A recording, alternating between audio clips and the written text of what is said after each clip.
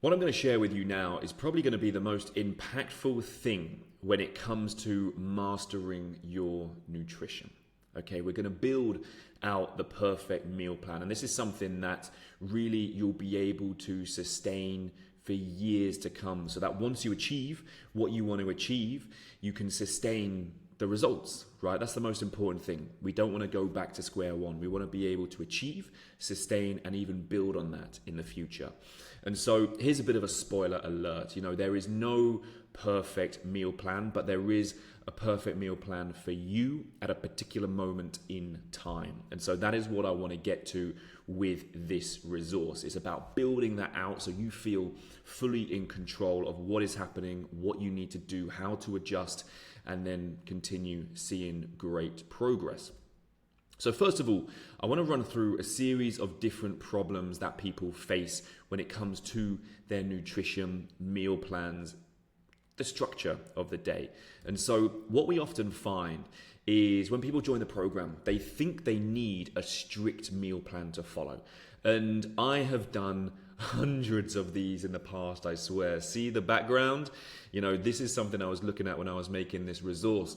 And yeah, it's funny because every one of these people felt they needed something. And at the time, to be honest, I felt they needed something too.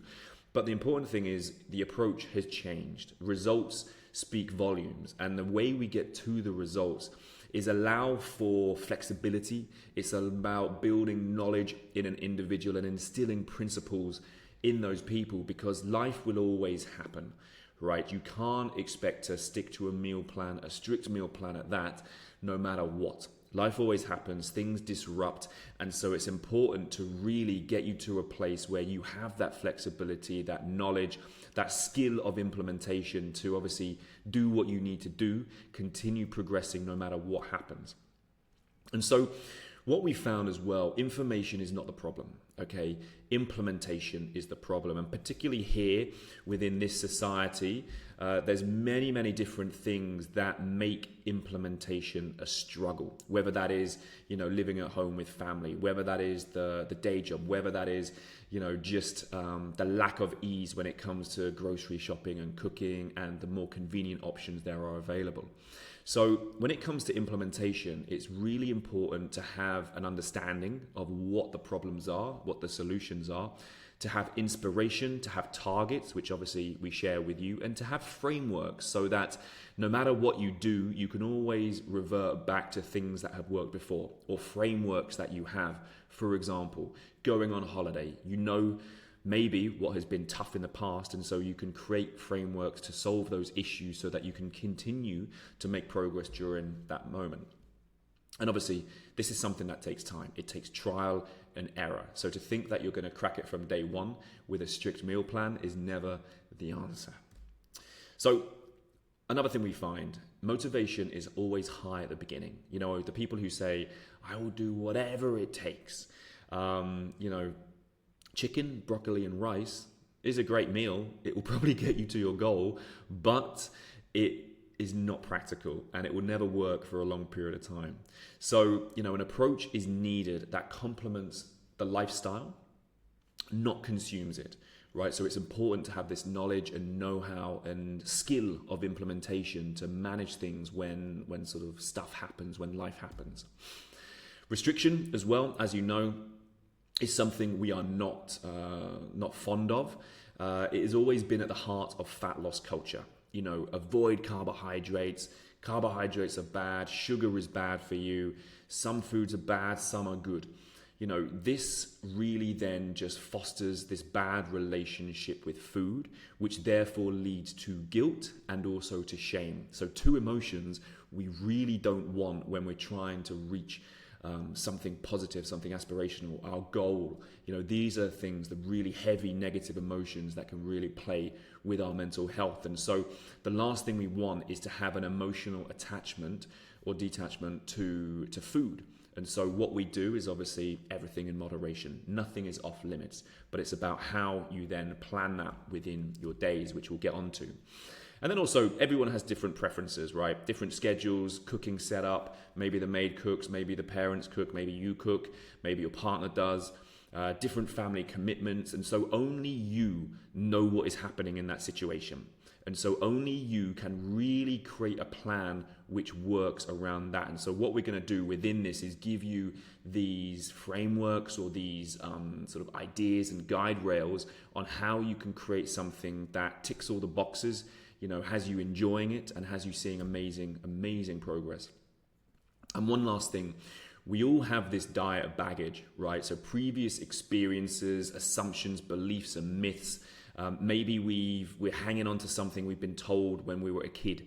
We obviously then focus on the wrong things. We may do more harm than good. For example, cutting out all carbohydrate, feeling shit for a week, losing a load of weight, going back to eat carbohydrate, and then piling on all the weight and more.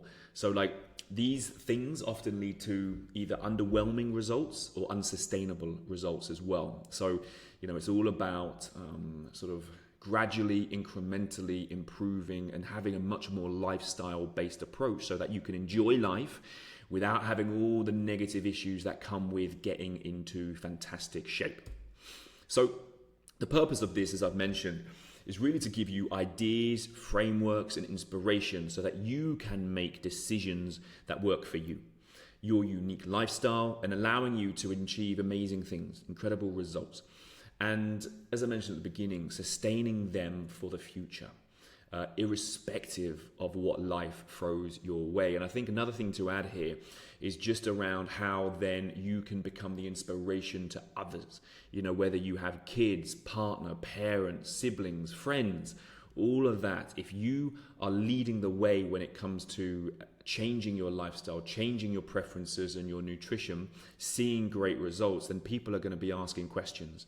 And you are in a position where you can instill these amazing principles to them. Now, we have a 5-step process. We have step 1, which is knowing your foods. We have step 2, which is knowing the structure, so the structure of your day. Knowing your targets, which obviously come to you in your journey that we share with you at the beginning of our program. We have step 4, which is all around planning your perfect day, and step 5, which is around executing and adapting as we go with time. So step 1, knowing your foods. And so you really should be familiar with these here. So these are the ingredient lists that we have pulled together, and they are based on eat more, eat some, and eat less. So even though between these nutritional value varies, so the amount of nutrients, vitamins, minerals that are in these varies. Food we can never really describe as good or bad, or good or evil, or whatever you want to call it. Everything just varies. Food has no moral value. So food is not either inherently good or bad. However, the food that you eat will take you either closer to your goal or it will keep you from it. And so that's the important thing, right? Everything on these you can have, right? But we don't want you to be eating all of this kind of stuff 80% of the time and only this 10% of the time. So it's important to understand that everything in moderation and where you should be getting the majority of your food intake from. And where we are usually when people start, they're in this place, right? So they're getting majority reds, majority oranges, which are more of the processed type ingredients. We want to shift that so we're getting more of these whole ingredients, so whole foods, minimally processed, sort of nutrient rich. These are the things, these are the changes that are going to really support you in this first phase, but also moving forward. All right, let me move myself over here.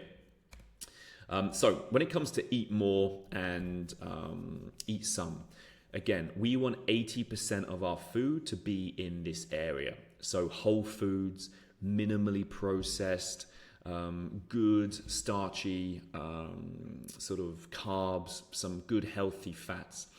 Now the eat some, these are always going to creep in. Protein powders, protein bars, sort of lean ground meats. You've got your kind of rice, granolas, those sorts of things, hummus, pasta, that kind of stuff.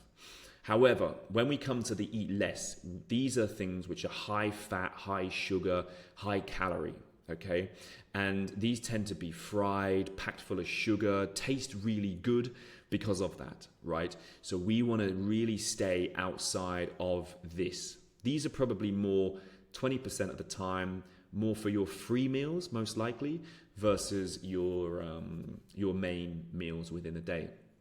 Then when it comes to your vegetables, we want to make sure we eat the rainbow. So have a nice wide spread of colors, different vitamins, different minerals within each of these. Okay, so it's really great for you to bring in different types, lots of variety to get different benefits. Also, another benefit of the vegetables is you can really pack out your meals and keep hunger at bay if you eat a lot of vegetables within your meal. So if I'm in a position where I'm wanting to cut weight and lose body fat, all of my meals, I will add a load of vegetables in to make sure that I'm not hungry. I hate being hungry. And so these are all very low calorie and can do a job of keeping hunger at bay. Now, important question is when to supplement. So whole foods always should be the priority. So these sorts of things, right? These should always be the priority. However, sometimes it's very difficult to hit your protein target. Sometimes you're traveling, sometimes you're on the go, and having a supplement is better than having, a takeaway or a croissant or whatever comes to hand. So these can be really good options. You've got your whey protein, you've got your clear beef protein, which is a lot lighter, and generally sort of females prefer this rather than a bit of a heavier milkshake type. You've got your grenade bars or your protein bars, which can be really quite tasty, give you a bit of a sort of sweet kick, but give you that protein pack, sort of protein hit as well. And creatine is a really another good supplement when it comes to recovery, performance, building muscle mass. But again, we shouldn't be leaning on these things. We should be having the bulk of our food as your the bulk of your food as your whole foods, and these are the supplements to support whatever goals you're trying to reach. And then when it comes to other things like vitamin D or iron, we tend to supplement from a place of knowing. So get a blood test done, see where you may be deficient, and then we can supplement with that rather than just supplementing randomly. So I want you to pause this resource now, and I want you to go through what your preferences are when it comes to your ingredients. So what out of these things speak to you? What do you like? What do you enjoy? What can you put on your shopping list? So please do that, and you can share the shopping list and the trolley picture with myself and Marvin. And also I want you to have a think around the percentage that you're at when it comes to the green, the red, the yellow. Where are you at the moment? What does a typical day or a typical plate look like for you? If you're starting, probably more red, probably more orange. However, how can we build more green in there, more whole foods? And then also another interesting exercise to do is around counting how many times you've ordered from a delivery app. For example, Hungerstation. Like, I remember a client, and he calculated everything over the course of the last month, and he had spent over like 3,800 SAR, right, which is a fair amount of sort of evening takeaways. But as you can see, like, that money could quite easily go into a lot of good quality, healthy food that is going to give you much more benefit than your sort of, post-work burger 5 times a week, for example. Now, step 2 is knowing your structure. And this is really important because change really comes when you have a good control of what you are having, what you are eating. And so we have a bit of a spectrum here. We have on one side, we have just going about your day and choosing better. On the other side, we have calorie counting, and this is cooking, preparing, and counting everything when it comes to your food and everything in between.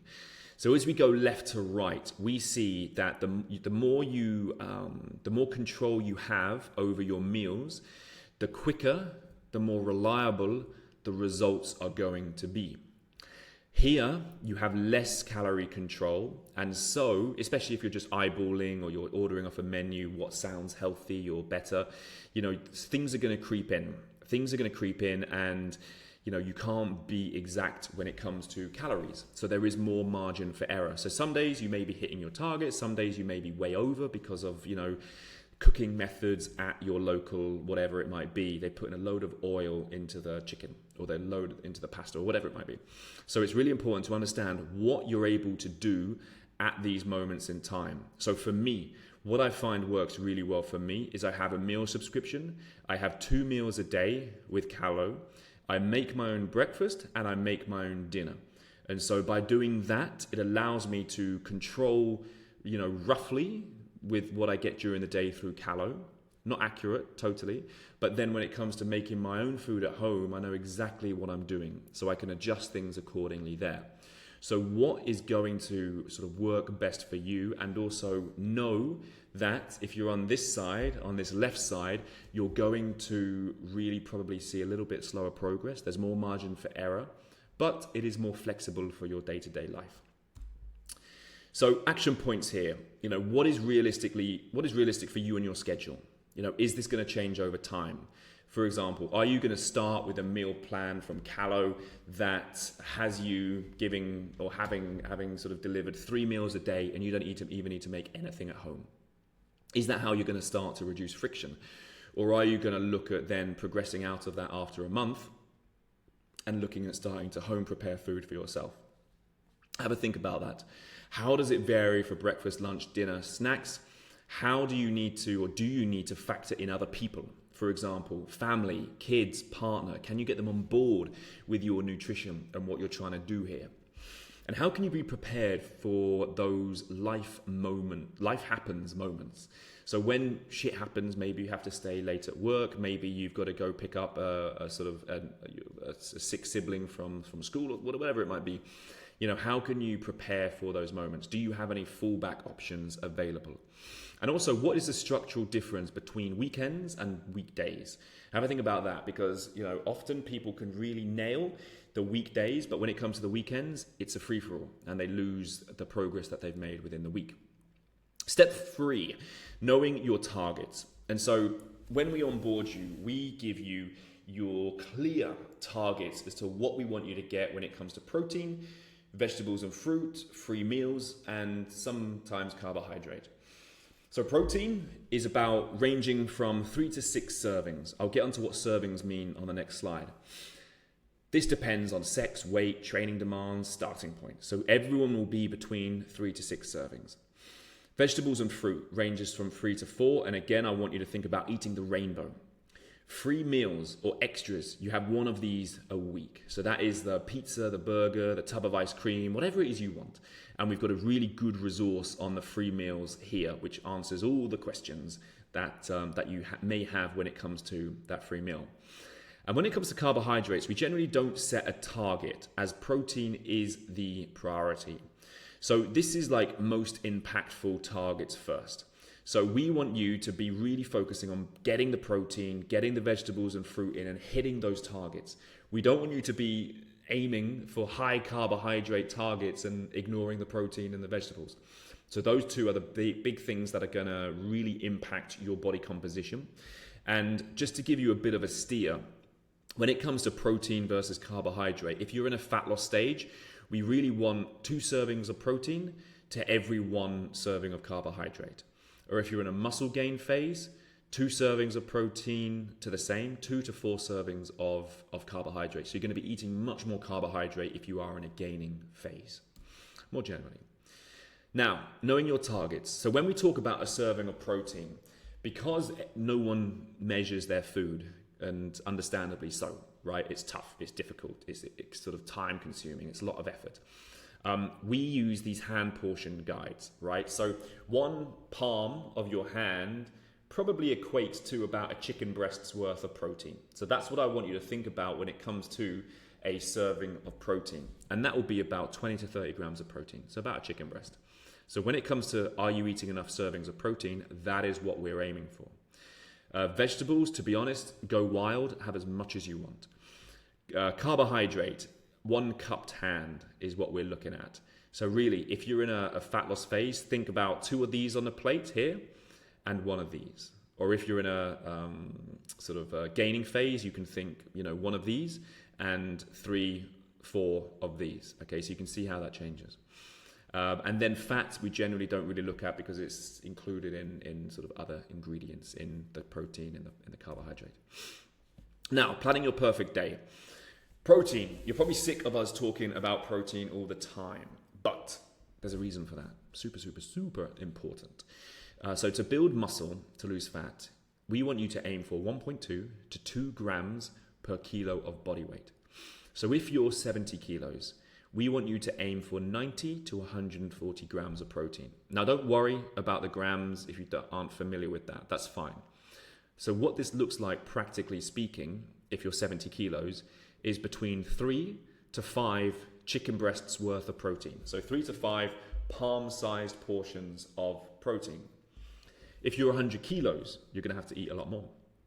120 to 200 grams of protein. So between 4 to 7 chicken breasts worth, which obviously gets quite a lot.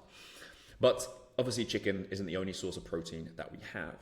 Here's an example of what that would look like in terms of 120 grams. So you maybe have some eggs in the morning, maybe you've got some salmon, maybe you've got a couple chicken breasts, maybe you've got a snack and a shake as well. So that comes to 120. So if we're starting out and you're only getting like 30 grams of protein a day, which isn't, to be honest, it happens, then, we don't expect you to kind of go from here to here, right? We want to gradually build in more protein week to week, day to day, and we will see you hit that target at some point. But anything is better than what any improvement is better than what you're kind of at the moment. Now, if you're working out early in the morning, which is great because you get to attack the day before it attacks you, then we want you to think around nutrition. This is a question that we get a lot. However, there's lots of individual preferences when it comes to working out in the morning. Should you train fasted? Should you train non-fasted? And to be honest, there is no difference or no benefit to either if intake remains the same across the day. So if you're eating the same thing and you're training fasted, or if you're training non-fasted, it doesn't matter as long as you're getting the same amount in. So it comes down to what feels best for you. If you like to feel light in the morning and you don't want to be working out on a full stomach, fine. That's fine. Go fasted. Or you could have something small. Make sure you hydrate. You can see it as an opportunity to start your protein intake early, and you can focus on easily digestible foods, so foods that aren't heavy. So some of my favorites personally as well. I love this before I go running in the morning. I usually combine, my protein shake, yogurt, and some oats in the morning if I'm training, strength training. But there's all these different options for you based on what you feel works best. And obviously coffee is always a good one as well. Evening workout. So the questions I want you to be asking yourself if you're working out in the evening. Are you fueled? Do you feel like you've got enough energy? Have you consumed some carbohydrate earlier in the day? Have you been hydrating? Have you been having enough water in the day? Do you really need that pre-workout? Because if you're working out at 9, 10 o'clock in the evening, and then you expect to go to bed an hour or two later, the pre-workout is going to still be kicking. So consider, do you really need that? Because sleep is going to be really important for you as well. Individual preferences. Some people like a light meal 30 minutes before. Some people like a heavier meal. Totally depends on you. Again, if all things remain the same and you eat the same amount of calories in a day, it doesn't matter if you eat just before you train or just after you train or a long time before. That doesn't matter. It's absolutely fine. So go with what feels comfortable and good for you. And then also, just to add, don't fear post-workout carbohydrate, especially if you're going to eat and then go to bed. It doesn't matter. Again, it matters what is in the whole duration of the day. And to be honest, carbohydrate actually can help you in your sleep in terms of the serotonin, calming, gets you snoozing, and can improve the quality of that sleep. Now, breakfast, lunch, and dinner. I can't tell you what to eat. You all have your preferences. You all have different routines, habits. Some people like steak in the morning. Other people like yogurt. Same thing in the evening. Some people like a heavy meal. Some people like something light with just, a yogurt. So it really depends on you. And I would love for you to go through this and see what is sort of, speaking to you. Snacks, again, you can use this as an opportunity to hit your protein and your fruit targets as well. Also can be used to hit the sweet cravings or that sugar taste fix that you may need after a meal or at 3 p.m. in the afternoon when you have a bit of a slump. So keep them on hand, have backups to make better choices, maybe in the office when you're traveling. So for me, again, one of these is great if I'm on the go and I can't buy anything or I haven't prepared or whatever. This I love mixing with protein shake in the evening before bed. Kind of like the closest you'll get to ice cream and still be on track. You've got your fruits, you've got protein bars. If you want a bit of a sweet kick after a meal, then something like this can be good. You've got your nuts, your beef jerky, your biltong, and then all sorts of snacks like energy balls and protein balls and so on. So it really depends what you like, but these are some things that can help you stay on track without feeling like you can have to go for chips or chocolate or ice cream or whatever it might be. Now, planning your perfect day. This is your action point here. So I want you to grab your pen, grab your paper, and think around breakfast. How can you start your day with a serving of protein? Don't just grab the croissant. Don't just grab, granola. How can you build in protein to that? Is it a protein shake? Is it yogurt? Is it eggs? Is it steak? All of these things, how can you do that? Now, lunch. Are you fueling and nourishing yourself to maintain your energy levels throughout the day? Big question, because this is where we often find people get the 3 p.m. lack of energy. They need something sweet because they haven't eaten all day, or they've eaten just at breakfast and it's been like 6 hours later. And so you can't, complain when your body is sending signals to like, I need sugar, I need high calorie, I need something. Give me something sweet, because it's lacking. It's not fueled, it's not nourished, and so it's important to make sure you are doing that job to keep it running optimally. Dinner. How can you help, or how can you end your day hitting your protein targets and staying on plan? What vegetables can you use to bulk out your meals? When it comes to your snacks, if and when those cravings hit, what nutritious high protein backup snacks do you have at hand? If you are someone who grazes and you don't have breakfast, lunch, dinner, but actually just have small bits during the day, that's absolutely fine, but the same principles apply.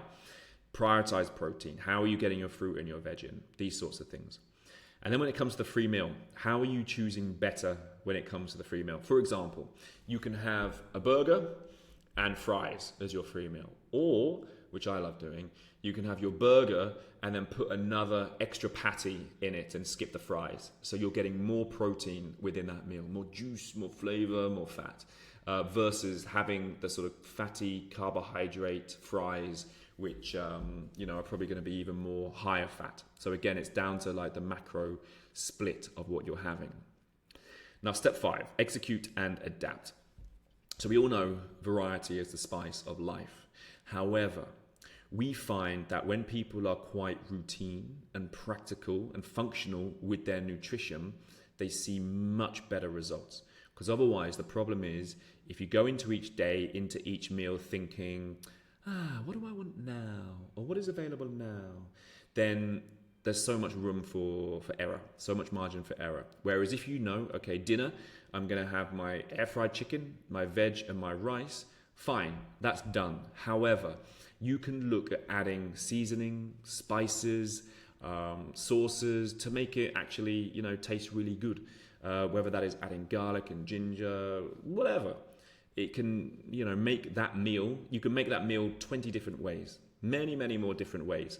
So yes, variety is good, but as long as you keep the routine and structure of what you're having on a day-to-day basis, it's much easier to manipulate with time.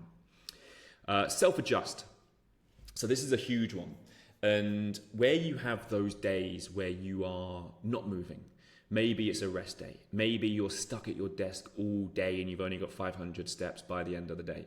These low movement days, I would suggest you reduce your carbohydrate intake.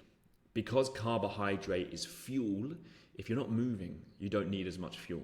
So you wouldn't, have a car sat in the garage and you're not taking it out, but yet you fill it up with fuel. Makes no sense, unless you're preparing for the next day. But you see what I mean? Like, fuel is there for when you need it, when you're using it.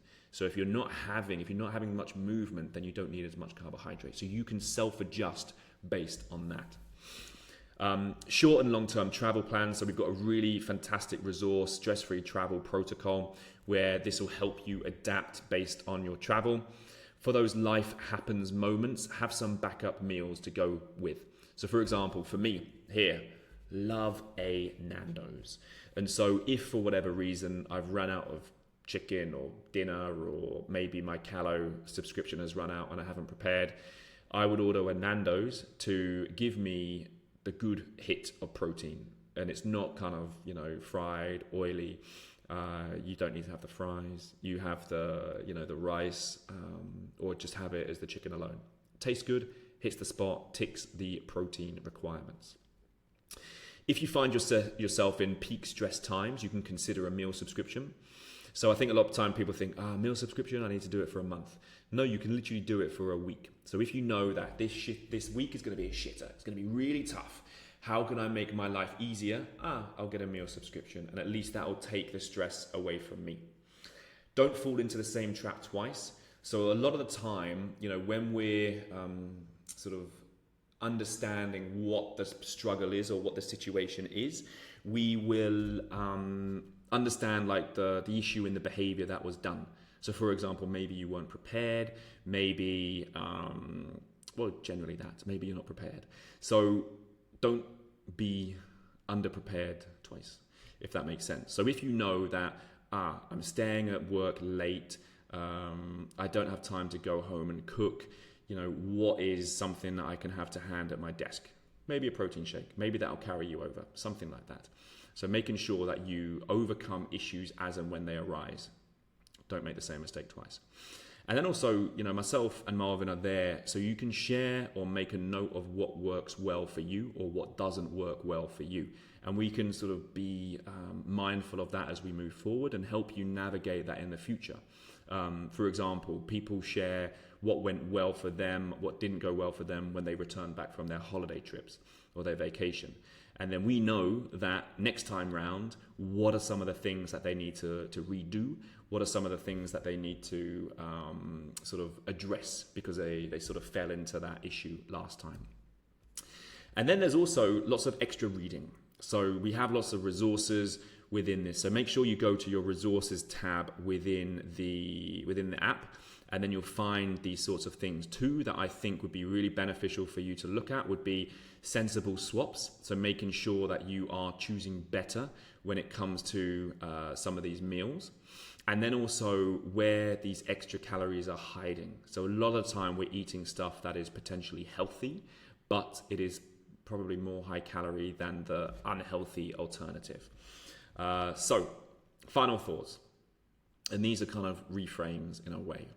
You are 100% responsible for what goes into your mouth. Okay, no one is putting anything into your mouth really.